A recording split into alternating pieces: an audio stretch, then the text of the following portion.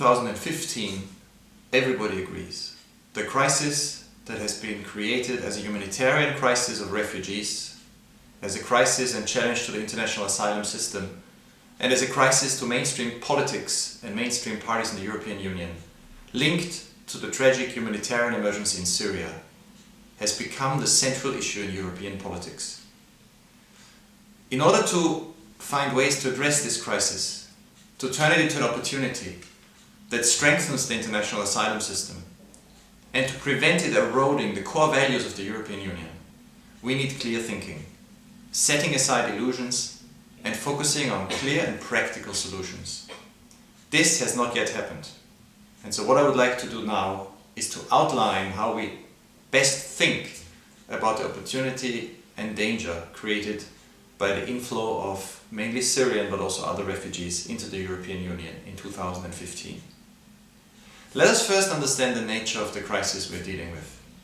Syria is today the country that is generating the largest number of refugees in the world. Turkey is today the country that hosts the largest number of refugees in the world. Lebanon is today the country with the largest number of refugees per capita, per population. So we are dealing with a very specific consequence of the 4-year war that has been waged in Syria and that shows no sign of ending. We are also dealing with a crisis of the global response. If we look at asylum applications in 2014 around the world, we see that most of the rich countries in the world have found ways to insulate themselves from refugee movements. Last year, the total number of asylum applications in the whole year in Australia was less than 9,000. In Japan, it was 5,000. In South Korea, it was 3,000. The rich countries in the world, the industrial countries, have found a way not to be touched. And while they maintain their commitment to the Refugee Convention and the right to asylum, they have actually created a situation where very few refugees are in a position to even submit a claim. So the crisis that we see is that today, as a result of the movement of refugees into the European Union, 3 countries, Germany, Sweden and Austria, are likely to be receiving more than 2/3 of all asylum applications in the world. Now this has led to the third crisis, which is a crisis of mainstream political parties. In response to this humanitarian reaction, particularly by the Swedish and German government, that have said we will try to cope with this and we will keep respecting the principles of the Convention for Refugees. In response to this, we've seen an unprecedented mobilization of populist political forces, some of them in government. We've seen the Hungarian Prime Minister, Viktor Orbán, already 2.5 months ago, define the refugee crisis as an opportunity to end the era of liberal values. He said on the 5th of September in a meeting with his party group that this is a huge opportunity to restore the prestige and appeal of national identity and Christian identity in opposition to liberal identity. And then he explained that liberal identity is Europe talking about universal human rights. We should stop, he said, because this attracts the poor of the world to rich Europe.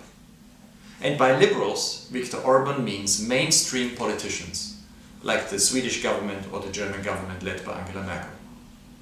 Today, Viktor Orbán is no longer isolated. In the Czech Republic, President Zeman is attending Islamophobic meetings. The Prime Minister of Slovakia, Mr. Fico, has been talking about the need to put a policeman behind every Muslim in Slovakia. We've had very strong signals linking Muslims, terrorism and refugees from Poland. In Sweden today, the Swedish Democrats, with its roots in far-right extremist politics, is now the most popular party in opinion polls. In the Netherlands, it is the party of Geert Wilders. In Austria, the Freedom Party has scored over 30% of the votes in recent elections in Vienna. And Le Pen in France is poised for another electoral success later this year. So what we see emerging in response to the refugee crisis, fanning the fears and associating refugees with terrorism and disease and threats, is the emergence of a new populist coalition that is strong enough to, in the medium term, transform European politics. So what is to be done? The humanitarian emergency is not going to end anytime soon. The Syrian war is not going to end. There will still be refugees. At the same time, the situation in Germany, Sweden, Austria and other countries where refugees are arriving is reaching a breaking point, where the Swedish government says it is already receiving 200,000 people this year. It needs to send its own electorate a signal that this process can be controlled. We need to combine respect for the Convention with a political response that shows that mainstream parties can maintain control over Europe's external border. And we need a solution that works fast, while preserving the humanitarian principle of protecting those who seek protection. How can this be done? Well, first of all, we need to be clear about a few basic principles of border management. You cannot, anywhere in the world, control a sea border without support of your neighbors. Let's again take the example of Australia. Australia has a policy that is extremely harsh. Indefinite detention for people who arrive irregularly or illegally in Australia. A policy that nobody who reaches Australian waters can apply for asylum. But Australia can only implement this policy because it takes refugees and puts them in other states like Nauru or Papua New Guinea. These other states cooperate. The refugees are put in camps there and then cannot apply and cannot reach Australia. Europe cannot do this. First of all, because there is no Nauru for Europe. The numbers are much too high to reach the Greek islands. There are no international waters between Greece and Turkey. And most importantly, this would violate every commitment that Europe has made in its own legislation, in the European Convention on Human Rights, and in its support for the Refugee Convention. Now, what then can be done? Some say that any price is not too high to pay to control the borders. Anything must be done. Just be ruthless, send a strong signal. This is what Thailand has been trying to do in the last few years. In Thailand, on occasions, the military, which is in control of the border, has pushed back boats with Muslim refugees from Myanmar, pushed them back into the sea, and as human rights organizations and international media have reported, left them there to die. This too is obviously an unacceptable, a murderous, a criminal policy for the European Union. So if you need the support of your neighbors to control your sea borders, because any boat that reaches Greek waters is already in the European Union and has to be rescued or brought on land, where people can apply for asylum, then Turkey becomes crucial to any control of movements in the Aegean. Now, what did the European Union ask from Turkey to do? Really, there are two things that Turkey needs to do, and both are costly, politically difficult, and unpopular. But both would have a major impact on movements of refugees. The first thing that Turkey needs to do is to offer Syrian refugees in Turkey a perspective of a future, to open the labor market, to invest massively in education for Syrian children, to offer the possibility for Syrians in Turkey to build a new life there. Now, for Turkey, this is a huge challenge because it has such a large number of refugees.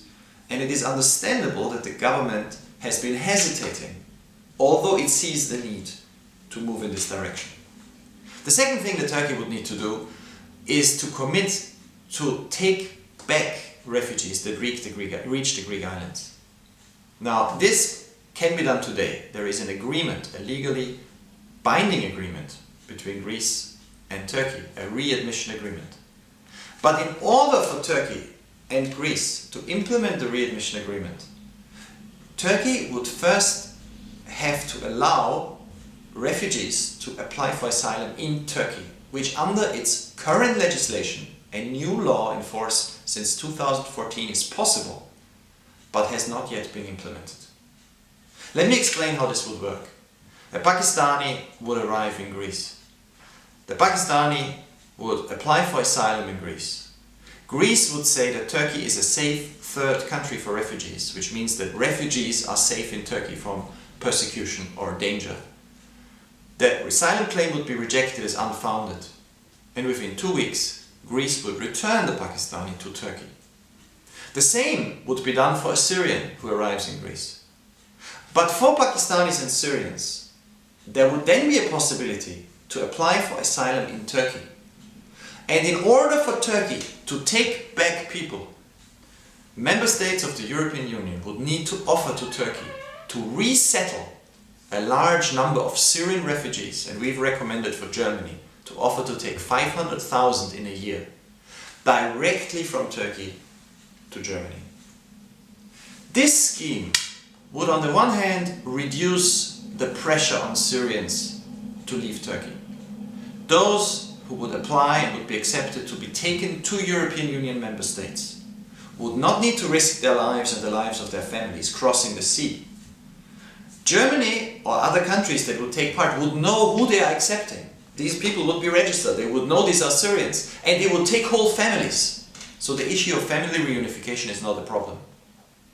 People would not risk their lives, the human traffickers would not earn money, while those who try to reach Greek islands irregularly would begin to realize that this is no way to reach Europe. They would not be taken to the mainland to walk towards Germany or across the Balkans. In this way, Turkey, Germany, Sweden, Austria and other countries that take part would send two very powerful messages. The border would be controlled, but resettlement, the legal and orderly process of helping refugees and sharing the responsibility for them with Turkey, the European Union would also need to offer something else that Turks have demanded rightly for the last 10 years, which is the liberalization of the visa requirement for Turkish tourists. We are talking here about the visa that Turkish visitors who want to go on a trip no longer than 3 months to the European Union, the visa requirement that they now have. Now, let's just put it in context that every Balkan country, Bosnia, Albania, Serbia, Macedonia, Montenegro, even Moldova, has seen the visa requirement removed in the last few years. So Turkey is, next to Kosovo, the only country in the region that still needs a visa. If Turkey helps the European Union by taking back refugees from Greece, if Turkey offers a perspective to Syrians and implements its new law on asylum by opening the labour market, if Turkey makes this major investment in building up opportunities of educating the next young generation of Syrian refugees so that they have a future, then the European Union should really promise to lift the visa requirement. And I think the best way to signal its seriousness is to start a process which takes 6 months or 5 months to put Turkey on the white Schengen list, to start this process now. And then to say if by April 1st Turkey has taken back refugees from Greece for 3 months, the European Union will lift the visa requirement. Now this plan could work. It could work very quickly if it begins to be prepared today. So let me sum it up once more in 5 simple steps. Germany and a group of EU members accept to take and resettle hundreds of thousands of Syrians from Turkey. They come to Turkey, they make this offer and they say this process can start, let's say 1st of January, 15th of January. It has to start soon. Greece considers Turkey a safe third country because Turkey begins to process asylum claims inside its own country on the basis of its own law. Once Greece can consider Turkey a safe third country, Turkey commits to take back everybody who reaches Greece after the 1st of January 2016. And at the same time, Turkey, with money that the European Union will also give Turkey for refugee projects, begins to improve dramatically the conditions and prospects of Syrians in the country. And finally, if all this works, the visa requirement for Turkish citizens will be lifted. This plan can work, but it needs to be seriously prepared. Time is pressing. The politics in Europe will make it harder and harder for leaders to begin to offer the kind of solution that will make a difference. If this fails, if Germany, one of the richest countries in the world with a population open to accept refugees and with a very popular chancellor, if Germany fails in addressing this issue, if Sweden has to close its doors and give up on its support for international refugee law, the future of the Convention for Refugees itself is at risk. But if Germany succeeds, if the European Union succeeds, and if Turkey succeeds to find a solution in which major resettlement plays a key role, this will be a signal to the rest of the industrialized world, to Australia and Canada, to America and Japan, to Korea and other parts of the world, that the way to fill the Refugee Convention with life is to help refugees without forcing them to first illegally cross borders. And that would truly be a good day for Turkey, Europe, the Refugee Convention, and the future of international law in the world.